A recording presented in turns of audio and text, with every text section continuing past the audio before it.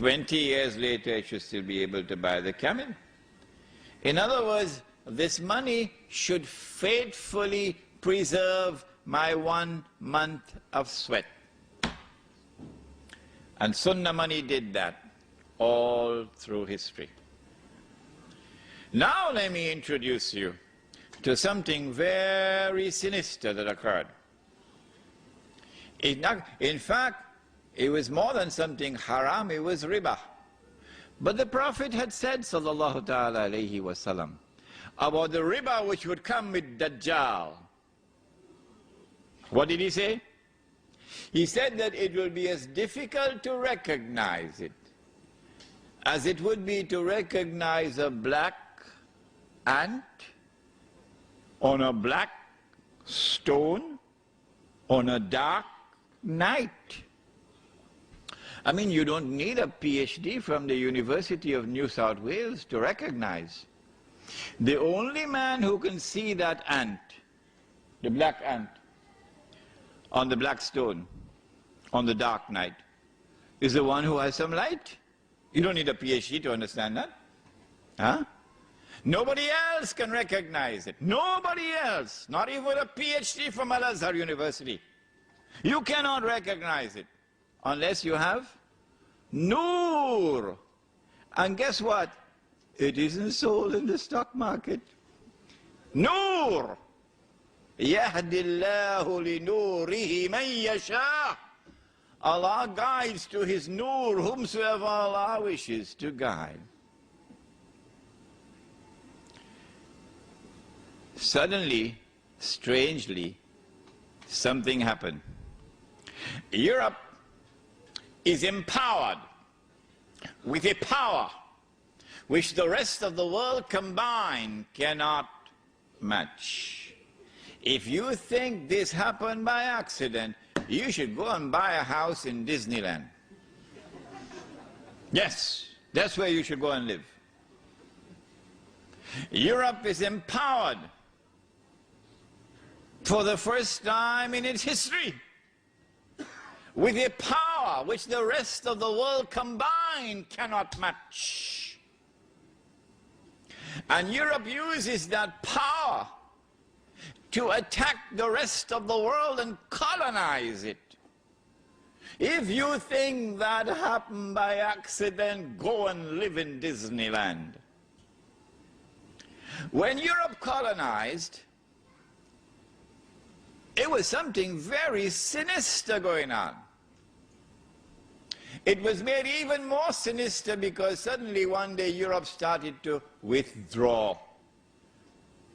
They call it decolonization. And as Europe decolonized, the natives now, they have something that they call, I don't know if you heard about it, independence. Huh? Independence. And they have a flag, and they have a national anthem, huh? And they have a hodgepodge of an army and so on. And then sometime in the middle of the night, they would have the lowering of the flag and the raising of the flag, and they'll be dancing and so on. And they say, we've got freedom. But the European will be hiding behind a mango tree and laughing his belly out. Look at these one-eyed fools. They think they have got freedom, that they drove Europe out. No, Europe withdrew for tactical and strategic reasons. But before Europe withdrew, decolonized, Europe planted some truly dangerous seeds. But the only way you could recognize those dangerous seeds is if you have Noor from Allah. Not just knowledge that you get from the books. That's important. Yes, that is important. But you need something more than that. The first seed that Europe planted, of course, I told you about it already in my lecture on Imam al-Mahdi and the return of the Khilafah. That it is in the essence of Islam that you must recognize Allah subhanahu wa ta'ala as Al-Malik, the one who possesses Al-Mulk, sovereignty. That's the translation for Mulk, sovereignty. But now Europe leaves behind a dangerous seed called the modern secular state. And the modern secular state declares, we no longer recognize Allah subhanahu wa ta'ala as Al-Malik. The state is now Al-Malik, sovereign. And that is shirk. And I explained to you the same thing about power, Al-Akbar, and the same thing about Al-Hakam, the one whose law is supreme. So go back to that lecture and you'll understand this. So this was the seed of shirk, political shirk, which was planted. How many Muslims saw it and recognized it? How many of our distinguished and learned ulama, for whom we have respect, we don't speak disrespectfully of them, not at all. How many of them recognized that this was shirk? We even had ulama in politics. Yeah, ulama in politics. We even had Islamic movements becoming a political party and fighting in elections like everybody else. Still going on now. Incapable of seeing the shirk of the modern secular state. I told you about my arguments with Taliban, and I couldn't succeed in getting Taliban and its ulama to understand this point. But the second seed that Europe planted before withdrawing was the seed of transformation of money.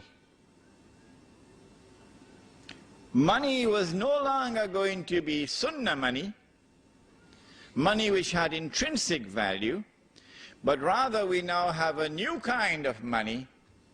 It's paper money, and it does not possess intrinsic value. The value of the money is outside of the money. And so now I'm paid my salary in paper. And I am told, Imran, this is very convenient. You can put it in your yes. You can slip it in easily in your wallet. Paper. Huh? Very convenient. So I got my salary in paper. It could buy a camel. Took it home, gave it to my wife, put it away.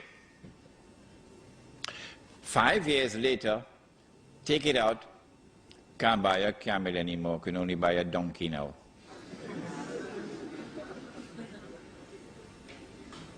Did you hear that? Can only buy a donkey now.